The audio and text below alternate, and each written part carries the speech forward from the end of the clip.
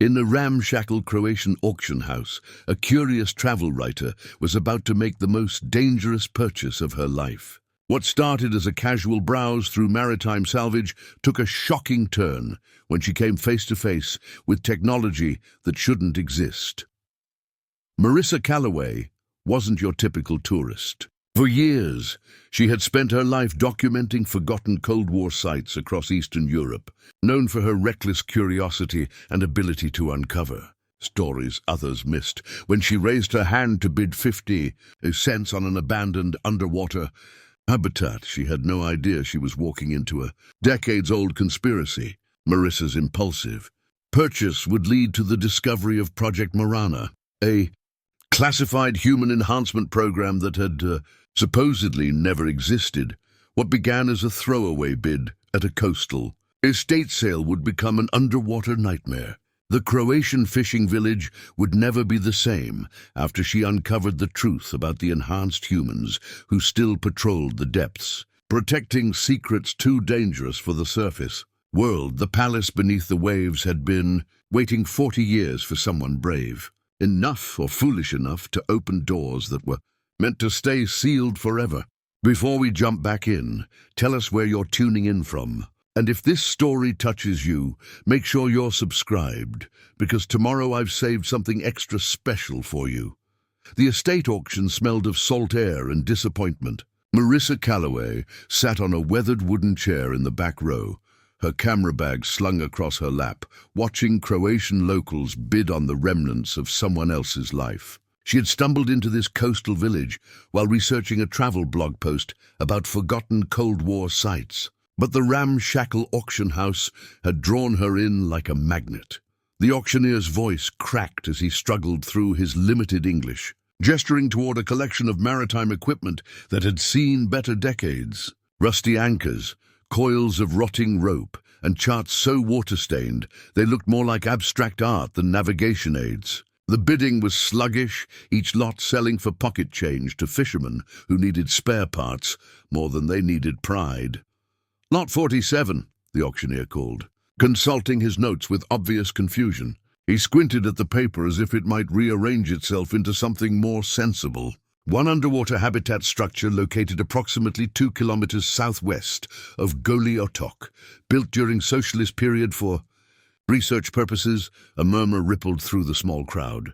Marissa noticed how the locals shifted in their seats, some crossing themselves, others exchanging glances that spoke of shared knowledge she wasn't privy to. The auctioneer cleared his throat nervously. Structure is abandoned, condition unknown. Buyer takes all risk. Minimum bid 50 cents American. Silence fell over the room like a blanket. The auctioneer looked around hopefully, then repeated the description in Croatian. The murmuring grew louder, but no hands rose. Marissa found herself leaning forward, intrigued by the collective reluctance. She had spent enough time in small communities to recognize the particular quality of fear that came from local legends.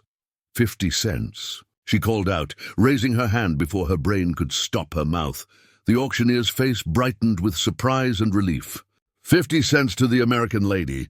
Any other bids? The room had gone completely quiet. Marissa felt dozens of eyes boring into her back, but when she turned to look, most of the locals had fixed their gazes firmly on the floor. Only one person met her eyes directly, a woman about her mother's age, with silver-streaked hair pulled back severely, and the kind of weathered face that belonged to someone who had spent decades staring at the horizon. The woman's expression held something between pity and warning. 50 cents once, twice. The auctioneer's gavel cracked against the wooden podium. Sold to lot 47 to the American bidder.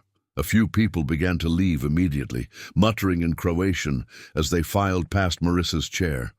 She caught fragments prokletstvo, which sounded ominous, and utopljena palača, which her limited Croatian translated roughly as drowned palace.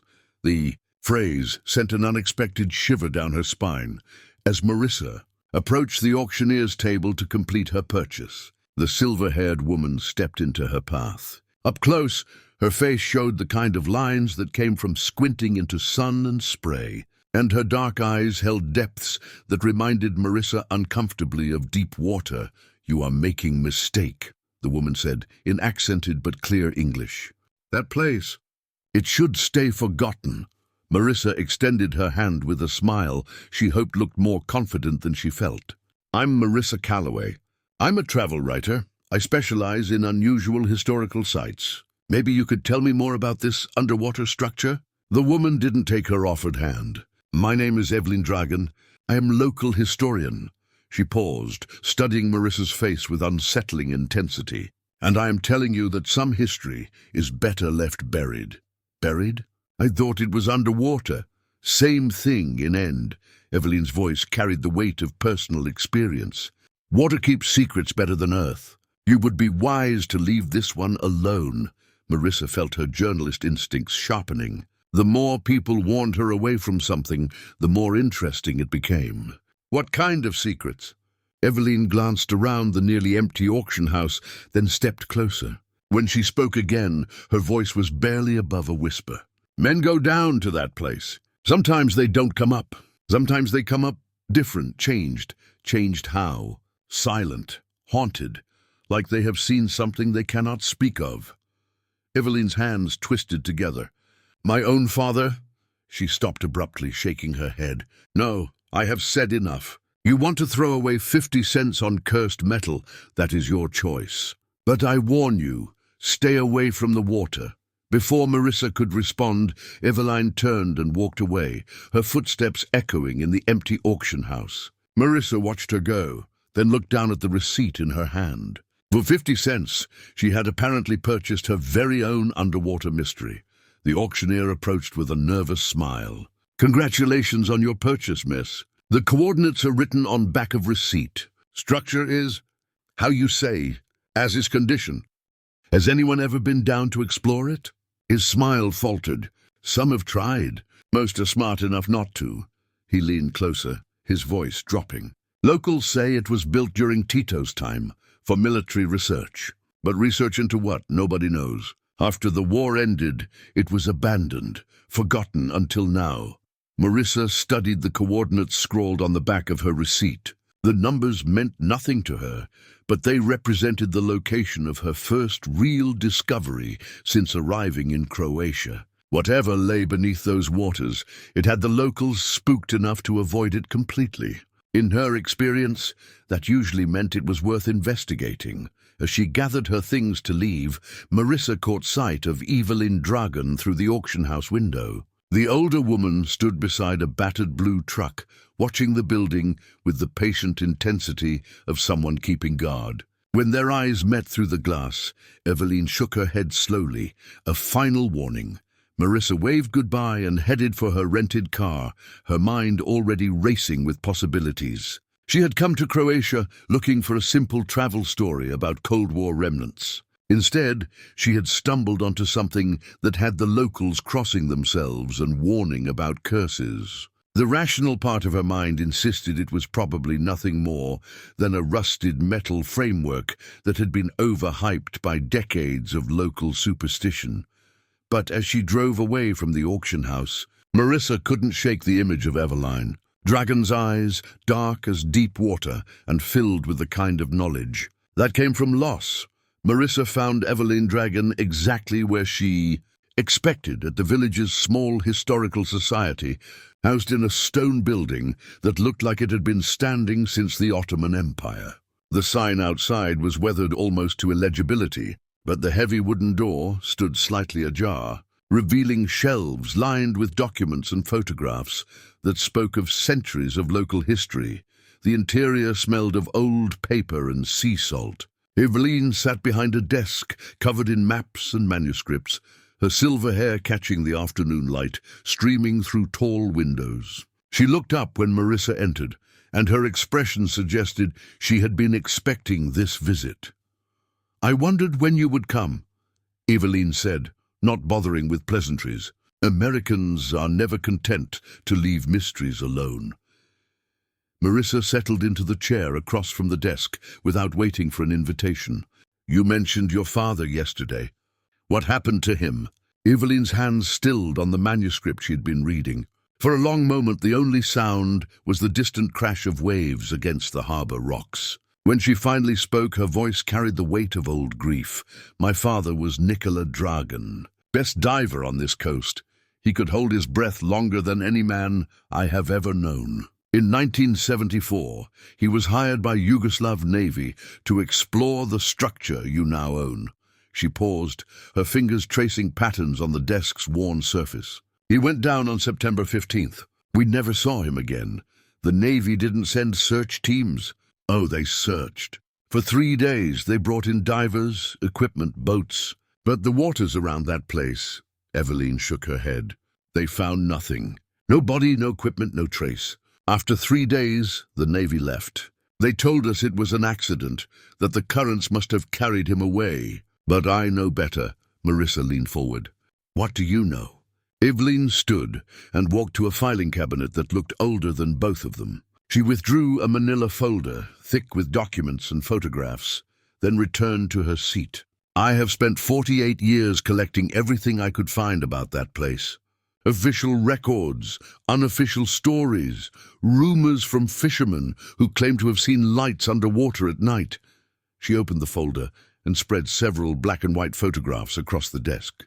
Marissa found herself looking at aerial shots of the Adriatic, with a dark shape visible beneath the water's surface. Even in the grainy photos, the structure's size was impressive, easily the length of a city block, with what appeared to be multiple levels descending into the depths. These were taken during construction in the early 1960s, Evelyn explained. According to the official records, it was designed as an underwater research station. Scientists would live there for months at a time, studying marine life and ocean currents. Sounds reasonable enough. Perhaps. But look at this. Evelyn pulled out another photograph, this one showing construction workers lowering massive metal components into the water. These pieces were manufactured in Germany and shipped here under complete secrecy. No local workers were allowed near the construction site. Everything was done by military personnel. Marissa studied the images more closely. The metal components looked far more sophisticated than what she would expect for a simple research station. There were curved sections that suggested complex internal architecture, and what appeared to be multiple airlocks or pressure chambers. Marine biology research doesn't typically require this level of security, she observed. Exactly. Evelyn's voice held a note of satisfaction. I have copies of shipping manifests, requisition orders, personnel assignments. Officially, the facility was designed to house 12 researchers for extended underwater stays. Unofficially, she pulled out another document. This is a partial inventory list that somehow escaped the shredders when the project was abandoned. Look at item 47. Marissa read the faded typewritten line. Electromagnetic field generators, quantity 6, power requirements classified. Her eyebrows rose. Marine biologists need electromagnetic field generators, along with radiation shielding, pressure suits designed for depths far exceeding what would be necessary for this location, and enough food supplies to last 2 years. Evelyn closed the folder with deliberate care. Whatever they were doing down there, it was not studying fish. What happened to the project? Abandoned suddenly in 1975, just months after my father's disappearance. All personnel were reassigned, all records were classified or destroyed, and the site was officially designated as navigationally hazardous. Fishing boats have avoided the area ever since. Marissa felt the familiar thrill of a story taking shape. But you think there's more to it than abandonment? Evelyn's laugh was bitter. My father left for what should have been a routine survey dive. He was supposed to check the exterior seals and take photographs for the Navy's files. 4 hours, they told him. 6 at most. He packed enough air for 8 hours, just to be safe. That was the last time anyone saw him. Have you ever gone down yourself? Never. The word came out sharp and final. I'm not a diver, and I have no wish to join my father at the bottom of the Adriatic. But others have tried over the years. Treasure hunters mostly, drawn by stories of valuable equipment left behind. Some find nothing and give up. Others... She gestured toward another section of her files. Others become obsessed, They dive again and again, each time staying down longer, going deeper. And each time they surface, they are a little more distant, a little more haunted. You're talking about psychological effects from diving? I am talking about something in that place that changes people. Eveline's voice dropped to barely above a whisper. 3 years ago, a German man came here with expensive diving equipment and unlimited funds. He was polite, professional, determined to solve the mystery of the abandoned research station. He made 15 dives over the course of 2 weeks. By the end, he would not speak to anyone. He packed his equipment and left in the middle of the night, but not before he came to see me. What did he say? That some doors should never be opened, that what sleeps in the deep should be left to sleep. Eveline met Marissa's eyes directly. He begged me to warn others away. Said the place was wrong, not just dangerous, wrong. Marissa felt a chill that had nothing to do with the sea breeze coming through the open windows. But alongside the fear was something stronger, curiosity that had gotten her into trouble more times than she could count. "I need to see it for myself," she said finally. Eveline sighed deeply. "I knew you would say that. Americans always think they are different, that they can succeed where others have failed. It's not about succeeding or failing. It's about understanding. You've spent nearly 50 years wondering what happened to your father. Don't you want to know the truth? Truth can be more dangerous than ignorance. But ignorance is a kind of prison, isn't it?" Marissa leaned forward. "Help me. If there's something down there that's affecting people, maybe it's time someone finally brought it to light." Eveline stared at her for a long moment, and Marissa could see the internal struggle playing out across her weathered features. Fear warred with curiosity. Caution battled against the desire for answers. "If I help you," Eveline said finally, "it will not be because I believe you can solve this mystery. It will be because I am tired of watching it consume people one by one. Perhaps it is better to face the truth, whatever it might be, than to let it continue poisoning the waters. What do you need from me? Promise me you will be careful. Promise me you will not go alone, and you will not take unnecessary risks. And promise me that if what you find is too dangerous to share, you will have the wisdom to leave it buried." Marissa hesitated. The last promise felt like giving up before she had even started. But the hope in Eveline's eyes was unmistakable. Hope that after decades of wondering, she might finally learn what had happened to her father. "I promise to be as careful as possible," Marissa said, choosing her words deliberately. "And I promise that whatever I find, I'll make sure you're the first to know." Eveline nodded slowly. "Then I will introduce you to Jonas Varga. He is the only man I trust to take you to that place. But I warn you, he will not want to help. Jonas has his own reasons for avoiding those waters.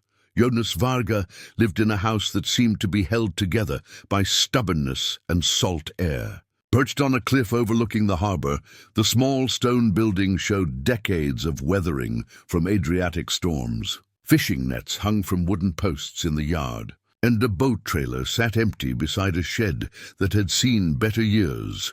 Eveline knocked on the heavy wooden door with the confidence of someone who had made this visit many times before. When it opened, Marissa found herself looking up at a man who might have been carved from the same stone as his house. Jonas Varga stood well over 6 feet tall, with silver-gray hair and the kind of deep tan that came from a lifetime on the water. His blue eyes held the distant look of someone who had spent years scanning horizons. "Eveline," he said in heavily accented English, his voice carrying the roughness of old tobacco and salt spray. "I wondered when you would come. We need your boat, Jonas, and your knowledge." Jonas stepped aside to let them enter, but his expression remained guarded. The interior of the house was sparse but comfortable, with furniture that looked handmade and walls covered in maritime charts and photographs of diving operations. Marissa noticed several images that appeared to be from military submarines, and others that showed Jonas in younger days, suited up in diving gear that looked far more sophisticated than typical civilian equipment. "You are the American who bought the structure," Jonas said to Marissa. It wasn't a question. "Word travels fast in small village. Apparently I'm famous." Marissa replied, settling into a chair that creaked under her weight. Though not in a good way, from what I understand. Jonas moved to a window that overlooked the harbor, his hands clasped behind his back. You understand correctly. That place has brought nothing but trouble to this coast. Eveline leaned forward. She wants to dive the site, Jonas, to see what's really down there. No! The word was flat and final. Jonas didn't turn from the window. I do not take tourists to dangerous waters. I'm not a tourist, Marissa said. I'm a researcher, and I can pay well for your time. Now Jonas did turn, and the look he gave her was sharp enough to cut glass. Money does not buy protection from some things, American lady. There are places in these waters that should be left alone, like the place where Eveline's father disappeared. Something flickered across Jonas's weathered features, pain, perhaps, or old guilt. He looked at Eveline, and some silent communication passed between them. You did not tell her, Jonas said quietly. Tell me what? Marissa looked between them, sensing undercurrents she didn't understand. Eveline's voice was barely above a whisper. Jonas was the one who was supposed to dive with my father that day in 1974, but he fell ill the night before, food poisoning from bad fish. My father went alone, rather than postpone the mission. The silence that followed was heavy, with decades of unspoken weight. Jonas returned to his position at the window, his shoulders rigid. I have lived with that guilt for 48 years, he said finally. If I had been there, you would have disappeared too, Eveline finished. Or worse, we don't know that, don't we? Eveline stood and joined him at the window. Jonas, how many years did you serve on submarines? How many classified missions did you complete without question? You know the difference between military accidents and military cover-ups. Jonas was quiet for a long moment, watching fishing boats return to harbor in the fading afternoon light. 22 years in Yugoslav Navy, he said finally.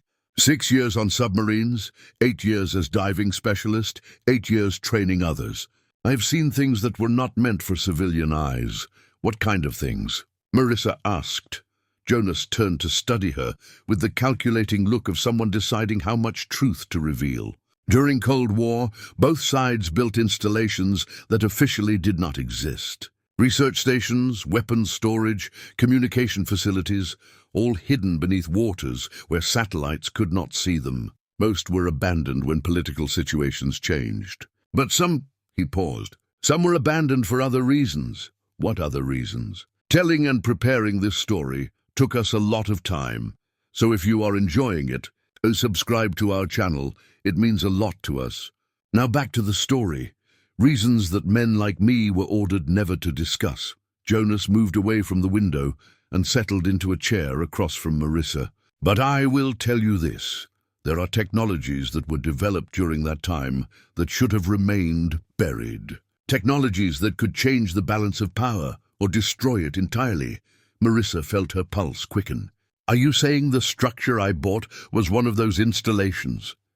I'm saying that when the Navy abandoned that site, they did so quickly and permanently. No salvage operations, no equipment recovery, no investigation into what happened to the personnel assigned there. They sealed the records, reassigned everyone involved, and pretended it never existed. But you know it exists. Jonas's smile was grim. I was part of the team that helped build it, back when I was young and foolish enough to believe that following orders was always the right thing to do. The revelation hit Marissa like a cold wave. You've been down there, once, during the initial installation before whatever happened there happened. It was, he struggled for words. It was like nothing I had ever seen. The technology, the scale of the operation. They were building something that was decades ahead of anything else the military had at the time. What kind of technology? Jonas shook his head. That is where my knowledge ends. My job was to help install the exterior components and ensure the structure could withstand pressure at depth. What went on inside the sealed sections was classified far above my security level. Eveline leaned forward. But you suspected. I suspected that whatever they were doing required enormous amounts of power, sophisticated computer systems, and complete isolation from the outside world. I suspected that the official story about marine research was a cover for something much more ambitious. He looked directly at Marissa, and I suspected that when things went wrong, they went wrong in a way that terrified even the people who had ordered the project in the first place. All the more reason to find out what's really down there. Marissa said, all the more reason to stay away. Jonas stood abruptly. I am sorry, Miss Calloway, but I cannot help you. Find another boat, find another guide. I will not be responsible for what happens if you disturb that place. Marissa felt her opportunity slipping away. Without Jonas, she had no way to reach the structure safely, and no chance of understanding what she had purchased for 50 cents at a coastal auction. What if I go alone? She asked. Both Jonas and Eveline spoke at the same time. No. Then help me, Marissa pressed. If it's really that dangerous, shouldn't someone with your experience be there to minimize the risks? Jonas stared at her for a long moment, and she could see the internal battle playing out behind his eyes. Professional caution warred with protective instinct, and something else. Perhaps the desire to finally confront whatever had happened to Nicola Dragan all those years ago. One dive, he said finally. External survey only. You look, you take photographs, you satisfy your curiosity, and then we leave. No attempts to enter the structure, no unnecessary risks, no heroics. Agreed, Marissa said quickly, before he could change his mind. Jonas turned to Eveline. And you? Will you try to stop this madness? Eveline's expression was resigned. I have spent half a century wondering what happened to my father. Perhaps it is time for answers, whatever they might be. Perhaps it is time for all of us to learn truths we are not prepared for, Jonas muttered. He moved to a closet and began pulling out diving equipment that looked both expensive and well-maintained. We leave at first light. Weather report shows calm seas tomorrow, but afternoon storms are possible. That gives us a narrow window. As Marissa watched him check regulators and test equipment with the practiced efficiency of a professional, she felt a mixture of excitement and apprehension. In less than 24 hours, she would see her 50-cent purchase up close. Whatever lay beneath those dark waters had been waiting for decades, keeping its secrets in the deep. But as Jonas muttered to himself in Croatian while inspecting diving gear, Marissa caught one phrase that sent a chill down her spine. Bog nas čuva, God help us. Outside, the sun was setting over the Adriatic, painting the water the color of old blood. Somewhere beneath those waves, 2 kilometers southwest of Goliotok, something waited that had already claimed at least one life and haunted the dreams of everyone who had encountered it. Tomorrow, Marissa would discover what 50 cents had really bought her. The morning sea was glass smooth, reflecting the pale dawn sky like a mirror that stretched to infinity. Jonas's boat cut through the water with barely a whisper, its diesel engine purring at low throttle as they approached the coordinates on Marissa's receipt. She sat in the bow, already suited up in the diving gear Jonas had provided, watching the depth finder's display as the seafloor rose and fell beneath them. There, Jonas said quietly, pointing toward a patch of water that looked identical to every other patch they had crossed. 40 meters depth, perfect visibility today. The gods are either blessing us or setting a trap.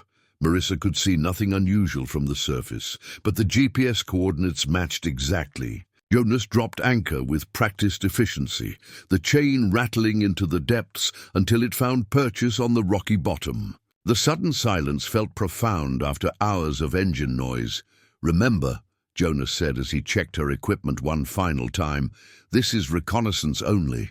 Look, photograph, surface. Do not touch anything. Do not attempt to enter any openings, and if you feel disoriented or afraid, signal immediately. Eveline sat on the stern bench, looking pale despite the warming sun. My father's last dive was on a morning just like this, she said softly. Calm water, perfect visibility. He said conditions like these were a diver's dream. Today will be different, Marissa said. Though she wasn't sure if she was reassuring Eveline or herself. The water was shockingly cold, even through the wetsuit. Marissa descended slowly, equalizing pressure as Jonas had taught her, watching the morning light fade from gold to green to deep blue. At 20 meters, the first shadows appeared, darker patches on the seafloor that suggested something more substantial than rock formations. At 30 meters, her breath caught in her throat. The structure emerged from the depths like a sleeping giant, its vast bulk stretching across the seafloor in impossible silence. What the auction description had called a derelict underwater habitat was actually a palace of metal and glass, its architecture so alien and sophisticated that it seemed to belong to another century entirely. Curved walls flowed into geometric patterns that hurt to look at directly, and massive windows, still intact after decades underwater, reflected her dive light back in fractal patterns that made her dizzy. The scale was overwhelming. The structure stretched at least 200 meters in each direction, with multiple levels, descending deeper than her light could penetrate. Coral had claimed some surfaces, painting the metal in brilliant oranges and reds, but much of the construction remained eerily clean. As if the sea life instinctively avoided certain sections, Marissa swam closer, her underwater camera clicking steadily as she documented what she was seeing. The architecture was unlike anything she had encountered, not quite modern, but far too advanced for 1960s technology.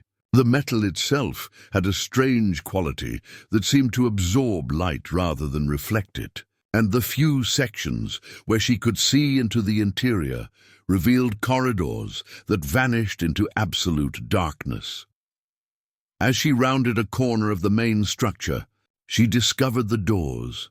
They were massive, each one easily 3 meters tall and 2 meters wide, crafted from the same light-absorbing metal as the rest of the structure. But what made her heart race was their condition. These doors were sealed with mechanisms that belonged in a science fiction film rather than a Cold War research station. Multiple locking wheels, pressure seals that looked sophisticated enough for spacecraft, and what appeared to be electronic panels that should have been corroded into uselessness after decades underwater. Instead, they looked functional. Marissa approached the nearest door, fighting the urge to reach out and touch the strange metal. As she drew closer, something impossible happened.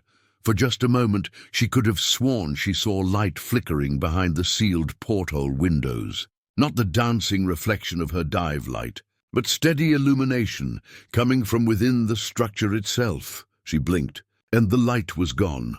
Her heart hammered against her ribs as she checked her depth gauge and air supply. She had been down for 20 minutes, and Jonas had insisted on conservative dive times for their first survey. But she needed more time, needed to document what she was seeing, needed to understand how any of this could still be functional after decades of abandonment.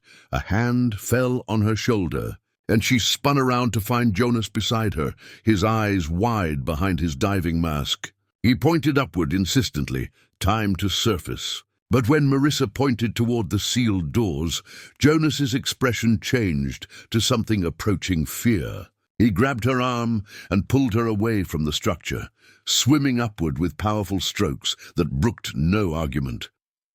They surfaced together in a spray of water and expelled breath. Marissa pulled out her regulator and immediately began talking, her words tumbling over each other in excitement. "Did you see the size of it? The architecture? Those doors looked like they were installed yesterday, not 40 years ago. And I swear I saw lights inside." "No lights!" Jonas interrupted sharply. "Just reflection. Deep water plays tricks on eyes. This wasn't a trick. Jonas, there's something still active down there." Jonas's face was grim as he helped her back onto the boat. "Nothing is active. Structure has been abandoned for decades. What you saw was imagination." But Eveline was studying the images on Marissa's waterproof camera, and her expression told a different story. "These doors," she said quietly, "they are not in any of the construction photographs I have seen. This sealing mechanism, it is far too advanced for anything Yugoslavia had access to in the 1960s, unless they had help," Marissa said, toweling off her hair. "Foreign assistance, technology transfers, something the official records don't mention." Jonas was coiling diving lines with unnecessary force. "Some doors should stay closed," he muttered. "Some places should stay undisturbed. But that's exactly why we need to investigate further," Marissa pressed. "If there's advanced technology down there, if it's somehow still functional after all this time, then it is dangerous beyond measure," Jonas finished. "Miss Calloway, I agreed to one survey dive. You have seen structure, you have photographs. Our agreement is complete." Marissa looked between Jonas's closed expression and Eveline's troubled face. The older woman was still studying the camera images, her fingers tracing the outlines of the sealed doors. "There is more here than we understood," Eveline said finally. "Much more. These photographs, they will change everything people believe about that place." "Then we need to go back," Marissa said. "We need to understand what we're really looking at." Jonas shook his head and started the engine. "We need to go home. We need to forget what we have seen. And we need to pray that what sleeps down there continues to sleep." As they headed back toward shore, Marissa continued reviewing her photographs. Each image raised new questions. How had the structure remained so well preserved? What was the purpose of those massive sealed doors? And most disturbing of all, if Jonas was right that the place had been abandoned for decades, what had been the source of that flickering light she had seen in the depths? 3 days of arguing had finally worn down Jonas's resistance. Marissa had presented her case with the persistence of a prosecutor and the passion of a true believer, while Eveline had added the weight of nearly 50 years of unanswered questions. The turning point came when Marissa threatened to hire a different boat and dive guide, a threat that terrified Jonas more than his fear of the structure itself. "One more dive," he had finally agreed. "But this time we bring proper equipment, deep water gear, emergency ascent systems, and communication lines to surface. If we are going to disturb sleeping demons, we do it with every possible precaution." The second dive took place on an overcast morning when the sea matched the grey sky above. Marissa descended alongside Jonas, both of them carrying more sophisticated equipment than the fishing village had seen in years. Jonas had somehow acquired military-grade diving gear, including underwater cutting tools and portable lights powerful enough to illuminate a football field. They approached the same sealed doors that had haunted Marissa's dreams for 3 nights running. This time, Jonas examined the locking mechanisms with professional interest rather than superstitious fear. "These seals are designed for long-term isolation," he said through the underwater communication system. "Pressure-resistant, corrosion-proof. Whatever is behind these doors, someone wanted it to stay preserved. Can we open them?" Jonas studied the complex wheel mechanisms for several long minutes before nodding. "Soviet design but modified. I worked with similar systems during submarine operations." "Stand back!" The first wheel turned with surprising ease, as if the mechanisms had been maintained despite decades of submersion. Jonas moved methodically through the sequence, 6 separate wheels that had to be turned in precise order, followed by a lever that disengaged the main pressure seal with a sound like escaping air. The door swung open to reveal something impossible, a chamber filled with air. Marissa stared through the doorway into a space that glowed with soft, steady light. Emergency lighting strips ran along the walls, their LEDs casting white illumination across metal corridors that stretched deeper into the structure. The air beyond the threshold shimmered with the peculiar quality of an atmosphere under pressure, but it was unmistakably breathable air in a space that should have been flooded decades ago. Jonas grabbed her arm before she could swim forward. "Emergency ascent first," he said firmly. "We surface, we discuss what we have found, we make proper plans. But Jonas, surface. Now." 20 minutes later, they sat on the boat, while Eveline studied the photographs Jonas had taken of the open doorway and illuminated interior. Her hands trembled as she flipped through the images. "This is impossible," she whispered. "How can there be air down there? How can there be power?" Jonas was methodically cleaning his equipment, but his movements were mechanical, distracted. "Advanced life support systems," he said finally. "More advanced than anything I encountered in naval service. Automated, self-sustaining, designed to operate without maintenance for extended periods." "How extended?" Marissa asked. "Decades, apparently." Eveline pulled out her folder of historical documents, comparing the new photographs with the old construction images. "Look at this shipping manifest from 1962, she said, pointing to a faded typewritten page. "Atmospheric processes quantity 4. Power generation systems, geothermal, life support rated for 24-month continuous operation." 24 months in the 1960s, Marissa said. But what if the technology was designed to last much longer? What if it was meant to be permanent? Jonas looked up from his equipment. "Permanent installations were built during Cold War," he admitted reluctantly. "Underground bunkers, underwater facilities, places where key personnel could survive even nuclear war. But this level of technology," he shook his head, "this is beyond what either side was supposed to have, unless one side had help," Eveline said quietly. "Foreign assistance, technology sharing, captured research from other programs." She pulled out another document, this one marked with official seals that had been partially blacked out by censorship. "I found this in my father's personal effects after he disappeared. It was hidden in a book, like he wanted to preserve it but keep it secret." Marissa leaned over to read the visible text. Most of it was redacted, but she could make out fragments. "Advanced propulsion systems. Energy generation beyond current understanding. Personnel psychological evaluations concerning classified under Project Marana." "Project Marana," Jonas repeated, and something in his voice made both women look at him sharply. "I have heard that name before. Where?" Jonas was quiet for a long moment, staring out over the water toward the location of the submerged structure. "During my final year of naval service, there were rumors. Stories passed between old submariners after too much rakesia. They spoke of a project so classified that even mentioning the name could end a career." "What kind of project?" "The stories varied, but they all centered on the same theme: technology that was not entirely human in origin. Research based on discoveries made in the aftermath of World War II. Experiments that pushed the boundaries of physics, energy generation, human enhancement."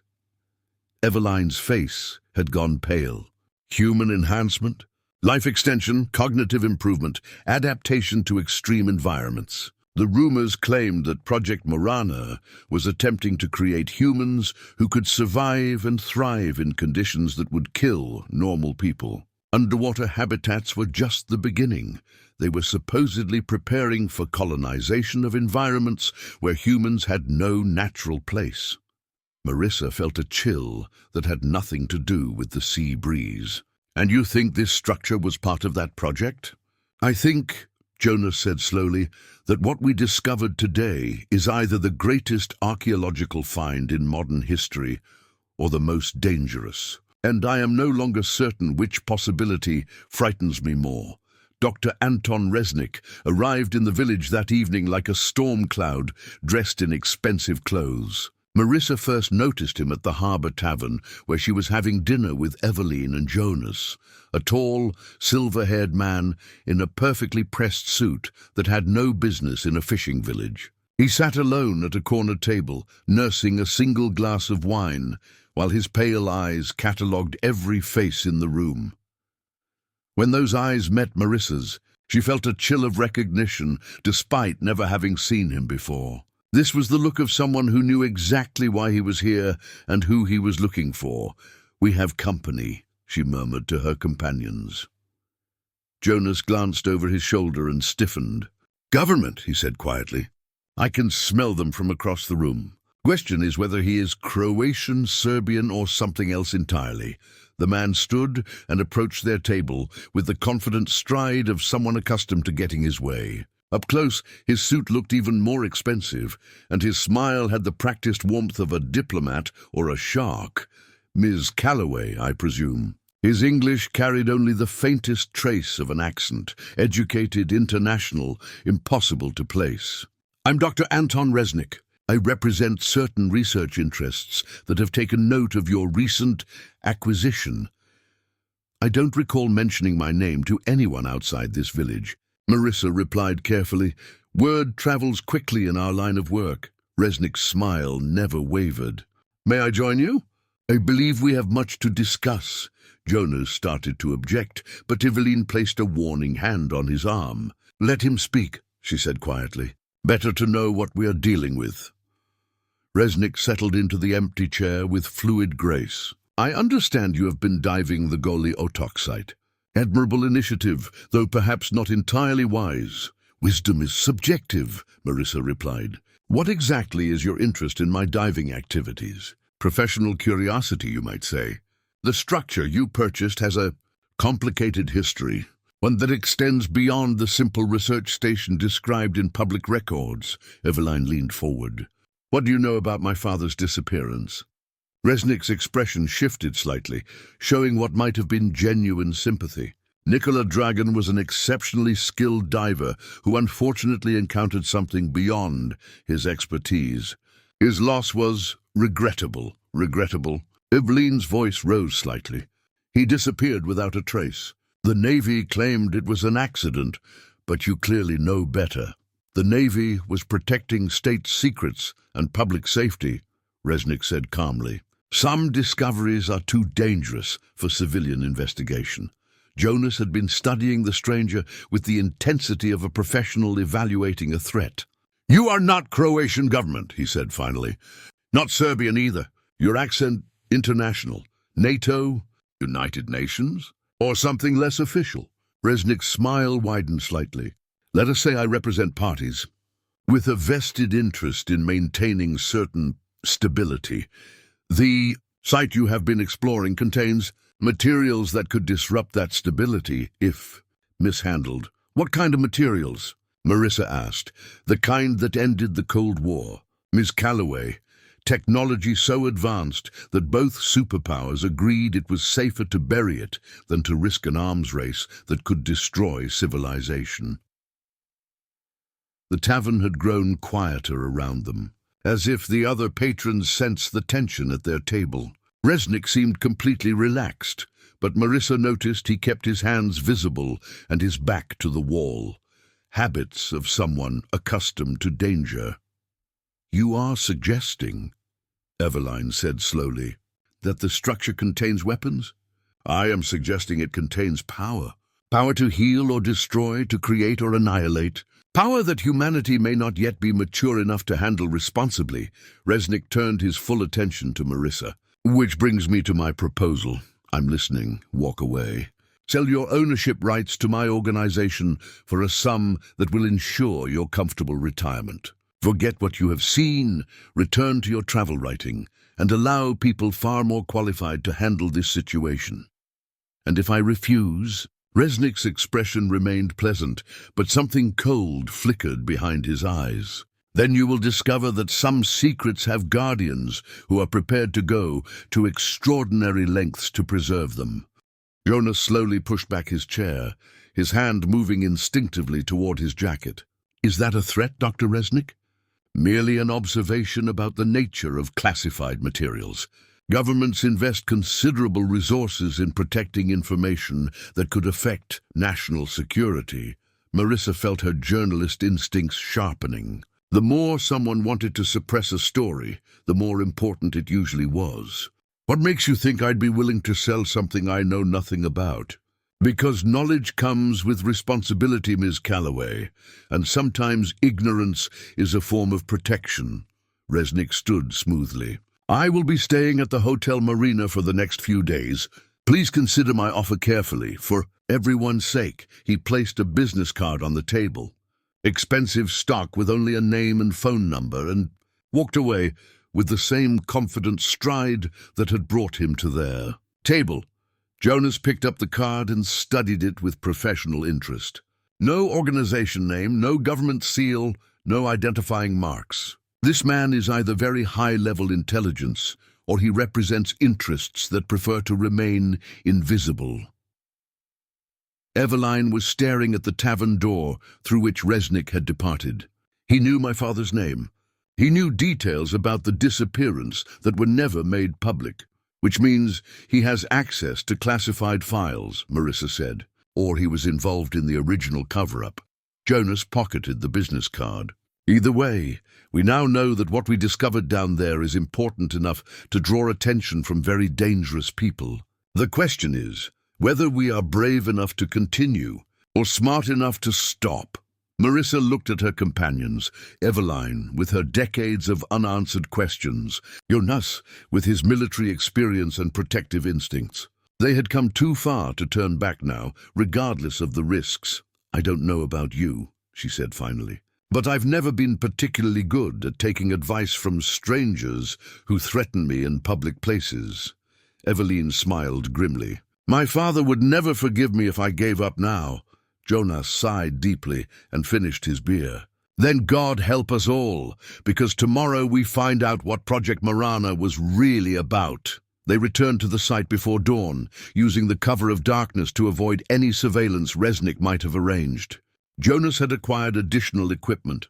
Overnight, diving gear that looked military surplus, and electronic devices whose purpose Marissa didn't want to question too. "Look closely. If we are doing this," he had explained, "while loading the boat, we do it properly. When dive, full documentation, then we decide how to proceed." The pre-dawn sea was eerily calm, as if the water itself was holding its breath. They anchored over the structure in complete silence, using only hand signals to communicate their preparations. Jonas had insisted on radio silence until they were underwater and away from potential listening devices. This time, they entered the structure together. The airlock chamber beyond the first door was larger than it had appeared from outside, a space easily capable of accommodating a dozen people in full diving gear. Emergency lighting cast everything in stark white illumination, and the air inside carried a strange metallic taste that made Marissa's teeth ache. "Atmospheric composition is wrong," Jonas said through the communication system once they had surfaced inside the chamber. "Higher oxygen content, different pressure. This is engineered air, not natural." They moved deeper into the structure, through corridors that defied every expectation Marissa had formed about 1960s technology. The walls were lined with panels that looked more like spacecraft controls than submarine equipment, and the floors were covered with a material that felt warm beneath their fins, despite being submerged for decades. The first major chamber they discovered stopped them in their tracks. It was vast, a circular space at least 50 meters in diameter, with a domed ceiling that stretched up into shadows their lights couldn't penetrate. But what dominated the chamber was the machinery, a cylindrical device that rose from floor to ceiling, covered in what appeared to be crystalline formations that pulsed with inner light. Conduits ran from this central core to smaller machines positioned around the chamber's perimeter, creating a web of connections that hummed with barely audible energy. "This is not possible," Jonas whispered. "This level of technology, it is decades beyond anything that existed during Cold War." Marissa swam closer to the central device, her underwater camera documenting everything. The crystalline formations weren't decorative. They were functional components, channeling energy in patterns that created standing waves in the water around them. The entire system was generating power on a scale she couldn't begin to comprehend. "It is a reactor," Eveline said through the communication system. She had remained near the chamber entrance, studying documents from a waterproof case. "I found reference files hidden in the structure's outer compartments. This device generates power by tapping geothermal energy from the seafloor, but the efficiency is impossible by conventional physics." "How impossible?" Marissa asked. "According to these calculations, it produces more energy than it consumes. It is not just a power source. It is a power amplifier." Jonas approached one of the peripheral machines, his expression troubled. "These life support systems," he called out, "they are not just maintaining atmosphere in sealed chambers.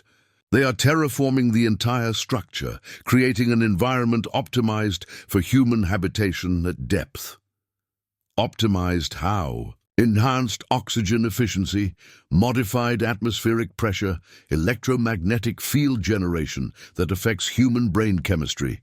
Jonas's voice carried growing alarm. This is not a research station. It is a habitat designed to change the people who live in it.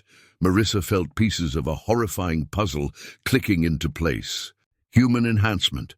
That's what Project Marana was really about, not just adapting technology for extreme environments, but adapting humans.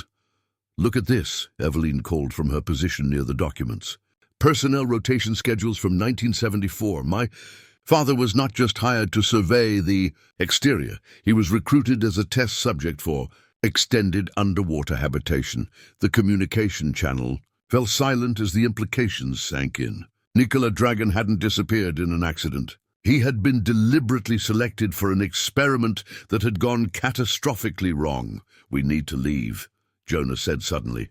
Now, this place is not abandoned, it is quarantined.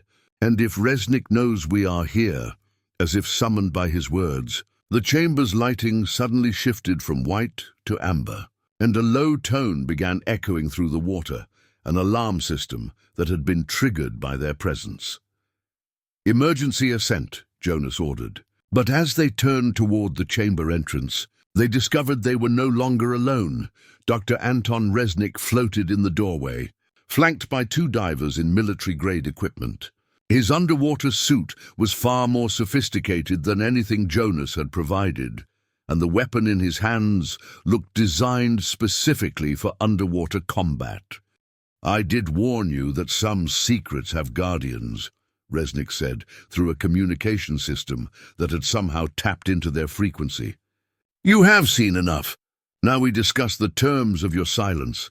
But as he spoke, the central power core began to pulse more rapidly, its crystalline formations brightening with each cycle. The water around them started to vibrate with harmonics that made Marissa's bones ache, and she realized that their intrusion had awakened something that had been dormant for decades. Project Marana was coming back to life, and none of them, not even Dr. Resnick, were prepared for what that might mean.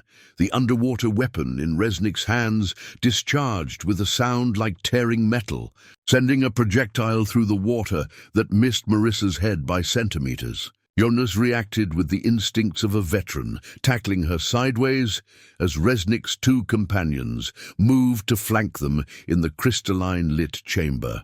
"Move!" Jonas shouted through the communication system. "Back corridors, now!" They scattered like startled fish, diving behind the massive power core as more projectiles carved through the water where they had been floating. The central device's pulsing had accelerated to an almost frantic rhythm, its crystalline formations now blazing with light that turned the water around them into a prism of refracted rainbows. Marissa found herself separated from the others, pressed against the warm metal of a secondary machine that hummed with barely contained energy. Through the communication channel, she could hear Jonas and one of Resnick's men engaged in underwater combat, grunts of effort, the clash of diving equipment, the distinctive hiss of emergency air releases. "The structure is destabilizing," Eveline's voice crackled through the system, tight with panic. "The power fluctuations are affecting the life support systems. We need to reach the surface before—" Her transmission cut off in a burst of static as the chamber's lighting shifted to pulsing red. Emergency klaxons began wailing through the water, their sound distorted into an alien shriek that seemed to come from the very walls around them. Marissa peered around the machinery to see Eveline trapped near the chamber's far wall, her airline tangled in some kind of mechanical arm that had extended from the structure itself. The older woman was struggling frantically, but each movement only tightened the grip of the automated system. Without thinking, Marissa launched herself across the chamber, swimming hard despite the increasing turbulence in the water. The palace's awakening systems were creating currents that fought against her progress, as if the structure itself was trying to prevent their escape. Resnick appeared in her peripheral vision, his weapon trained on her trajectory. "You cannot leave," his voice said through the communication system, distorted by whatever interference the activated machinery was generating. "Too much is at stake." Too many years of careful containment. Containment of what? Marissa demanded, even as she worked to free Eveline from the mechanical grip. Evolution, Resnick replied. Humanity's next step accelerated beyond natural limitations. The subjects of Project Marana did not die. They transformed. But the transformation was incomplete, unstable. We buried it to prevent contamination. Eveline's eyes went wide behind her diving mask. Through the communication channel, her voice came out as barely a whisper. My father, he didn't disappear. He changed. The mechanical arm released its grip suddenly, as if responding to some internal command. Eveline floated free, but her breathing was labored, her air supply clearly compromised by the struggle. Marissa grabbed her arm and began swimming toward what she hoped was an exit. But the chamber's layout had become a maze of extending mechanical arms and shifting wall panels. Jonas appeared beside them, blood trailing from a gash on his forehead. One of Resnick's men is down, he reported grimly. But the structure is going into some kind of defensive mode. The passages we used to enter are sealing themselves. As if to confirm his words, a grinding sound echoed through the water as massive bulkheads began sliding across the chamber's entrances. Whatever ancient programming controlled the palace's systems had identified them as intruders and was moving to contain the threat. There, Eveline pointed toward a section of wall where panels were sliding apart to reveal a new corridor. Emergency exits. My father's notes mentioned backup escape routes for research personnel. They swam toward the opening, but Resnick intercepted them before they could reach it. His remaining companion flanked them from the opposite side, cutting off their retreat. The two men moved with the coordinated precision of a military unit, their sophisticated equipment giving them advantages in underwater maneuverability. You still do not understand, Resnick said. His weapon trained on Jonas.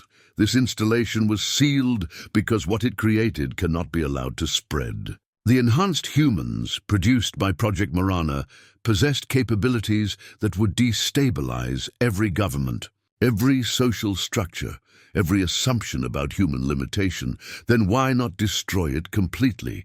Marissa challenged, because the technology is too valuable to lose entirely.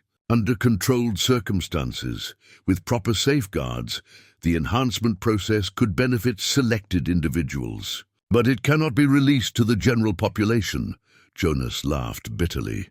Selected individuals? You mean people like yourself? Resnick's expression remained coldly professional.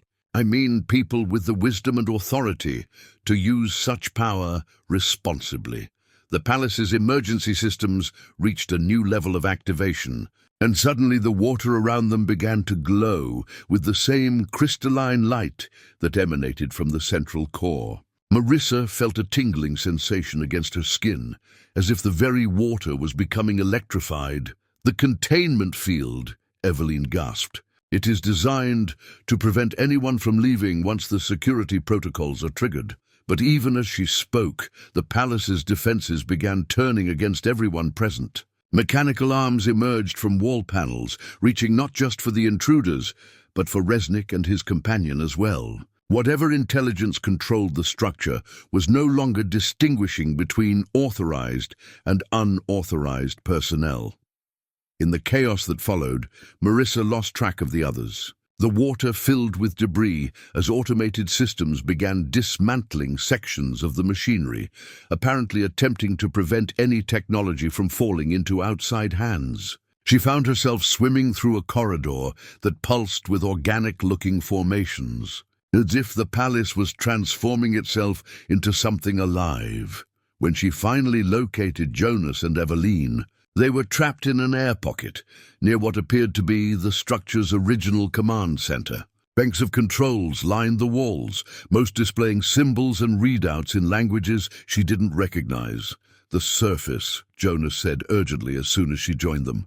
We have perhaps 10 minutes before our air supply is exhausted, but the structure has sealed all the exits we know about. Eveline was studying the control panels with desperate intensity. My father's notes, she said. He described an emergency ascent system built into the central core. If we can reach it, a new voice cut through their communication channel, Resnick. But his tone had changed from cold professionalism to desperate urgency. The self-destruct sequence has activated, he announced. Whatever you have done, you have triggered the installation's final protocols. We have minutes before the entire structure implodes.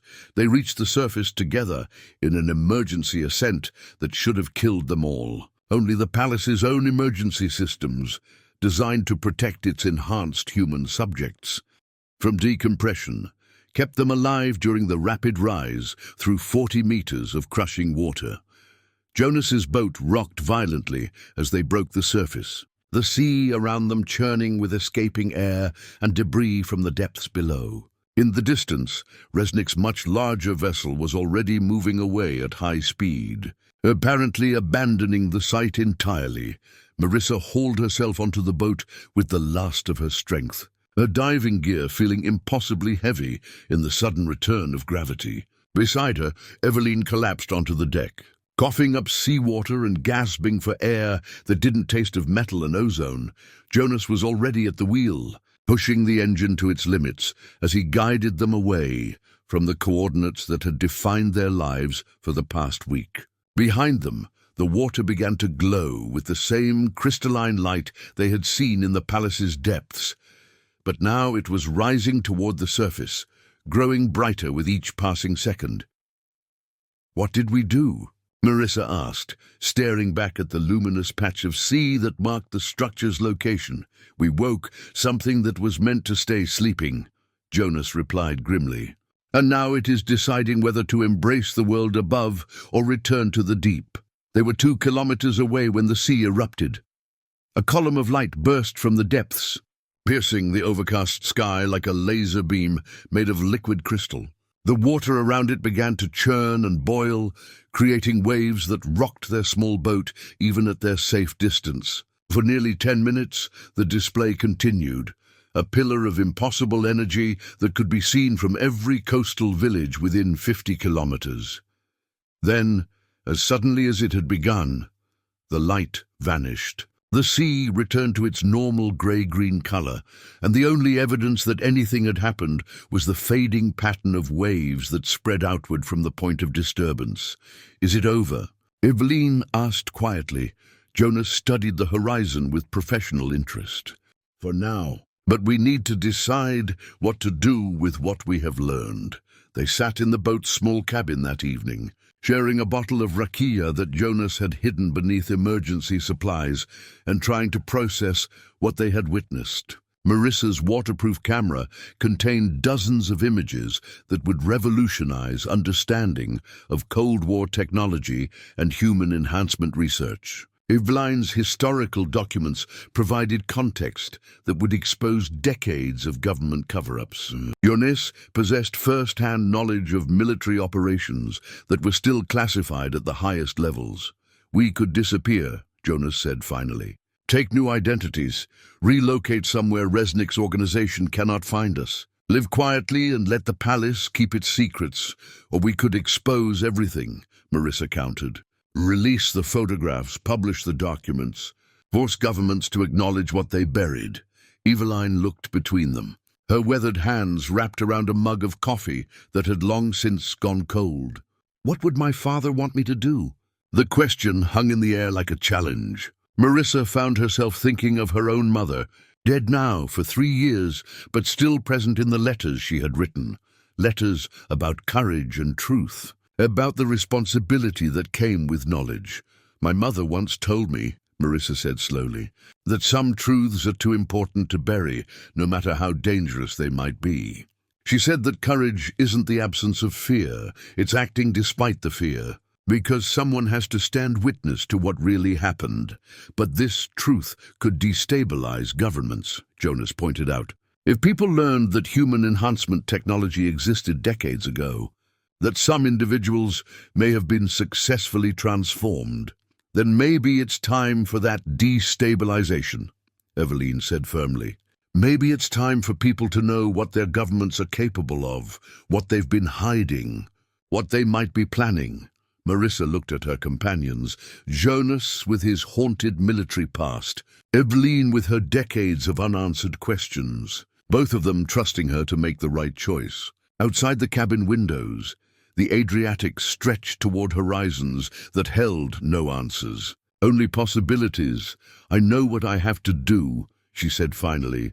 The story broke 3 weeks later, simultaneously across 12 major news outlets in 6 different countries. Marissa had learned enough about investigative journalism to understand that coordination was the key to preventing suppression. Release everything at once, in multiple jurisdictions, with enough documentation to make denial impossible. The photographs alone would have been sufficient to trigger international investigations. Images of technology that appeared decades ahead of its time, preserved in underwater chambers that had maintained themselves without human intervention, challenged every assumption about Cold War capabilities and limitations. But it was Eveline's historical documents that provided the context necessary to understand what the images really meant. Project Marana had not been simply another military research program. It had been an attempt to accelerate human evolution, creating enhanced individuals capable of surviving and thriving in environments where normal humans would perish. The revelation that test subjects had not died but had been transformed, and that their transformed descendants might still exist somewhere in the depths of the Adriatic, sent shockwaves through governments that had spent decades maintaining that such research was purely fictional. Dr. Anton Resnick disappeared during the first wave of investigations, along with several of his associates and most of the official records related to Project Marana. But Marissa had expected that. She had also expected the attempts at discrediting her sources, the suggestions that the photographs had been digitally manipulated, the claims that the documents were elaborate forgeries. What she had not expected was the return of the lights. 2 months after the story's publication, fishermen throughout the Adriatic began reporting strange phenomena, glowing patches of water that appeared at night, moving with purpose and intelligence beneath the surface. Marine biologists found no explanations for the lights, but local populations began telling stories that echoed the oldest legends of their coasts. Stories of people who had adapted to life beneath the waves, who moved through the depths with capabilities no normal human possessed. Stories of watchers who protected the deep places from those who would exploit or contaminate them. Marissa returned to the Croatian coast 6 months later, partly to follow up on the ongoing investigations, and partly because the sea had begun calling to her in dreams. She found Eveline at the Historical Society, now expanded into 3 buildings to accommodate researchers from around the world who were studying the Project Marana revelations. "Any word about the lights?" Marissa asked. Eveline's smile was peaceful in a way it had never been before. "Fishermen see them regularly now, always at night, always moving toward deeper water when observed too closely. But they seem protective rather than threatening." "Protective of what?" "The ocean itself, perhaps. There have been no more attempts to explore the palace site. Equipment fails. Divers experience equipment malfunctions. Boats develop engine troubles. It is as if something down there is ensuring the depths remain undisturbed."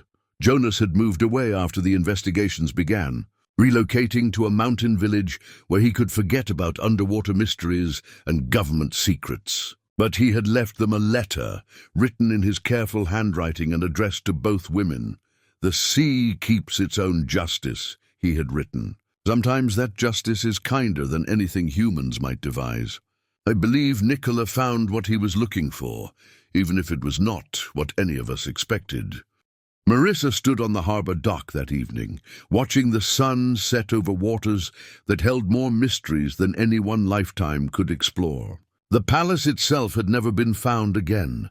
Subsequent diving expeditions discovered only empty seafloor where the structure had once stood, as if it had decided to relocate itself to depths beyond human reach. But sometimes, when the light was right and the water was still, She could see shadows moving far below the surface, shapes too large and too purposeful to be anything nature had originally intended. Her 50-cent purchase at a coastal estate auction had become the story that defined her career.